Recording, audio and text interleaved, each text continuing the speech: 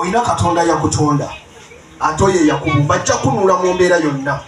Embeera yonna gy'olabanga ensi bwekwerokedde mu maaso ng'olaba walinga owatali wangu, oyina Katonda yajja okunula mu mbeera yonna. Mukama yeebazibwe nnyo. Oyo ye Mukama yategeeza abaana ba Isirayiri nja banunula. Edda mw'osoma endagaano ekadde Mukama ye yakkanga n'anunula abantu be, nga ye yennyini mwene bwe yalaba ng'abantu be batidde bakenyeetereddwa baweddemu amaanyi, nga Mukama akka n'abanunula. Naye abooluganda tulina omukisa abawangalira mu biro bino. Ebiro bino Mukama yatuwa omununuzi. Omununuzi oyo Yesu Kristo yafa ku musaalaba. Tetukyakenyeetera, tetukyatya, kubanga tulina omununuzi. Tulina oyo ayatufiirira n'atununula eri amaanyi g'ekibi, n'atununula eri amaanyi ga Sitaani, ne tufuulibwa ab'eddembe.